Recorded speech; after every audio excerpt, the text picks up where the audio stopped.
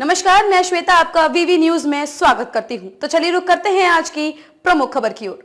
रीवा नए साल की शुरुआत में भाजपा नेता गौरव तिवारी ने श्री राम मंदिर के कैलेंडर का किया विमोचन।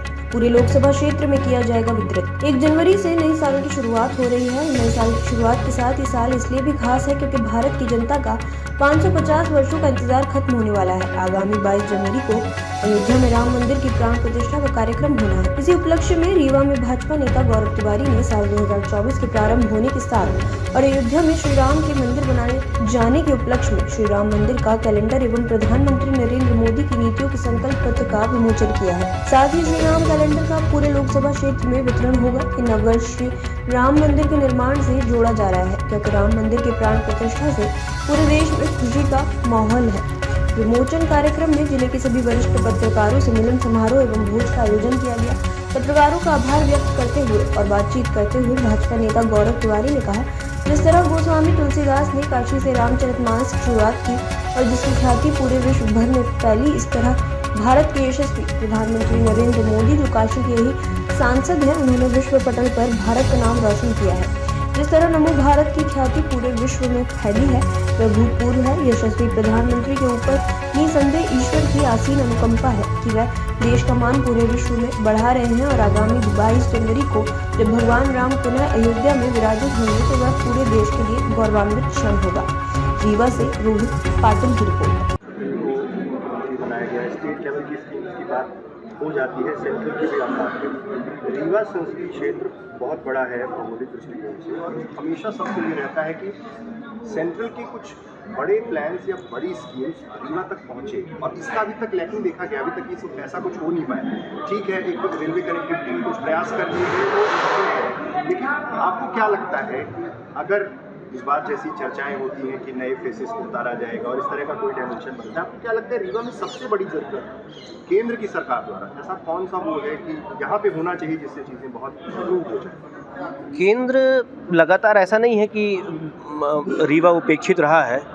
केंद्र की योजनाएं लगातार भाजपा शासनकाल में आती रही हैं और आगे आएंगी भी, लेकिन आने वाले समय में हमें सबसे बड़ा जो काम है वो जो पानी की जो दिक्कत आती है लोगों को गांव-गांव में, वो दूर होनी चाहिए। दूसरा, रोड का नेटवर्क भारतीय जनता पार्टी के शासन में ही सबसे अच्छा हुआ है, जिसकी सबसे ज़्यादा कमी थी वो बहुत बेहतर हुआ है। और रेलवे लाइन जो पहले से प्रपोज्ड है उसे आना चाहिए, रेलवे कनेक्टिविटी थोड़ी और बढ़नी चाहिए। जैसे केंद्र की ही सरकार ने आपको देश भर में गिनी चुनी जो वंदे भारत चल रही हैं आपको रीवा में दी, आपको इसका भी लाभ मिल रहा है। जो 80 करोड़ गरीब जनता को मुफ्त भोजन उपलब्ध कराया जा रहा है, उसका भी लाभ है। तो कनेक्टिविटी के थ्रू आप देखिए, आपके रोड देखिए, हर जगह केंद्र ने नेशनल हाईवेज़ बनाए हैं। आज हम नागपुर जाके वापस आ सकते हैं एक दिन में। हम 2 घंटे 2.5 घंटे में प्रयागराज पहुंच जाते हैं, 3 घंटे में हम काशी पहुंच जाते हैं, जो जिसमें पहले घंटों लगते थे। तो केंद्र इस पर विंध्य पर और ध्यान दे रहा है। वही बोला मैंने ना कि केंद्र का नज़र विंध्य पर इस बार है और इसको और प्रगति इसमें आएगी आने वाले समय में। ठीक आ रहा है ना?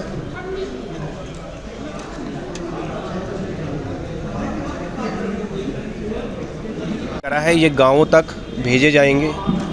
पिछली बार भी किया था, इस बार ये 50,000 कैलेंडर्स गांव-गांव में भगवान राम के। लगातार ऐसा नहीं है कि रीवा उपेक्षित रहा है। केंद्र की योजनाएं लगातार भाजपा शासनकाल में आती रही हैं और आगे आएंगी भी, लेकिन आने वाले समय में हमें सबसे बड़ा जो काम है वो जो पानी की जो दिक्कत आती है लोगों को गांव-गांव में, वो दूर होनी चाहिए। दूसरा, रोड का नेटवर्क भारतीय जनता पार्टी के शासन में ही सबसे अच्छा हुआ है, जिसकी सबसे ज़्यादा कमी थी वो बहुत बेहतर हुआ है। और रेलवे लाइन जो पहले से प्रपोज्ड है उसे आना चाहिए, रेलवे कनेक्टिविटी थोड़ी और बढ़नी चाहिए। जैसे केंद्र की ही सरकार ने आपको देश भर में गिनी चुनी जो वंदे भारत चल रही हैं आपको रीवा में दी। आपको इसका भी लाभ मिल रहा है। जो 80 करोड़ गरीब जनता को मुफ्त भोजन उपलब्ध कराया जा रहा है, उसका भी लाभ है। तो कनेक्टिविटी के थ्रू आप देखिए, आपके रोड देखिए, हर जगह केंद्र ने नेशनल हाईवेज़ बनाए हैं। आज हम नागपुर जाके वापस आ सकते हैं एक दिन में। हम 2 घंटे 2.5 घंटे में प्रयागराज पहुंच जाते हैं, 3 घंटे में हम काशी पहुंच जाते हैं, जिसमें पहले घंटों लगते थे। तो केंद्र इस पर विंध्य पर और ध्यान दे रहा है। वही बोला मैंने ना कि केंद्र का नज़र विंध्य पर इस बार है और इसको और प्रगति इसमें आएगी आने वाले समय में। का प्रयोजन केवल इतना ही था कि नए वर्ष में आप सबसे मिले, आप आए, इसके लिए बहुत धन्यवाद, बहुत बधाई आप सबको। ये भी लोकप्रिय प्रधानमंत्री की लोकप्रियता दर्शाता है कि वो कितने लोकप्रिय हैं, जिसे जनता ने भरपूर वोट दिया। विंध्य में हम पुनः 25 सीटें जीते। जिस प्रकार खनिज संपदा से, जंगल से हमारा विंध्य प्रचुर मात्रा में, जहाँ पे माइनिंग्स है, सब पाया जाता है। एक बड़ा हिस्सा अर्थव्यवस्था में विंध्य का जाता है मध्य प्रदेश के। तो ये भारतीय जनता पार्टी ने इसको बहुत अच्छे से देखा और जाना कि यहाँ पे संभावनाएं हैं। उसी को देखते हुए पहली बार विंध्य को उप मुख्यमंत्री मिला। हमारे राजेंद्र शुक्ला जी को उप मुख्यमंत्री बनाया गया।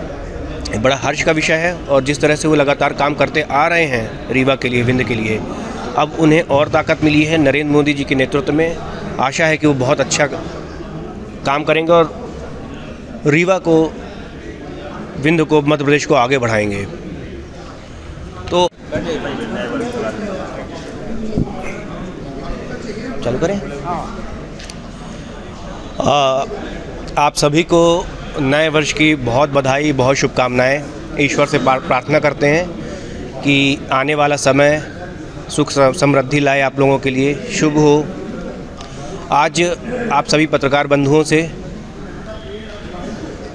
हमारा मिलना हुआ और आप लोगों का बहुत धन्यवाद, बहुत आभार कि आप सभी आए और नए साल के में ये प्रायोजन किया कि एक भेंट मुलाकात सबसे हो जाए और साथ ही सबसे चर्चा हो जाए कि देश की स्थिति क्या है। जिस तरह से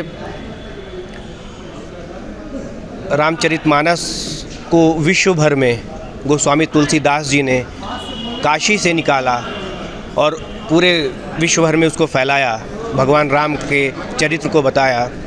उसी प्रकार हमारे प्रधानमंत्री माननीय नरेंद्र मोदी जी भी, जो काशी के ही सांसद हैं, वहीं से सांसद हैं, उन्होंने विश्व भर में जिस तरह से भारत का मान बढ़ाया है वह अभूतपूर्व है।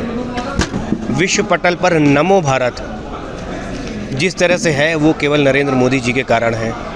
और बहुत हर्ष का विषय है जिसको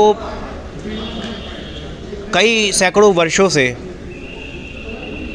भारत की जनता चाहती थी कि अयोध्या में भगवान राम पुनः विराजें। तो आने वाला 22 तारीख में सभी की मनोकामनाएं पूर्ण हो रही हैं। भगवान राम अयोध्या में पुनः आ रहे हैं और हमारे प्यारे प्रधानमंत्री जी उनको, उनके विग्रह में उनको विराजेंगे, उनकी पूजन करेंगे। सभी साधु संत, देश भर के साधु संत वहाँ पे रहेंगे, वो पूजन करेंगे। तो ये बड़ा हर्ष का विषय है।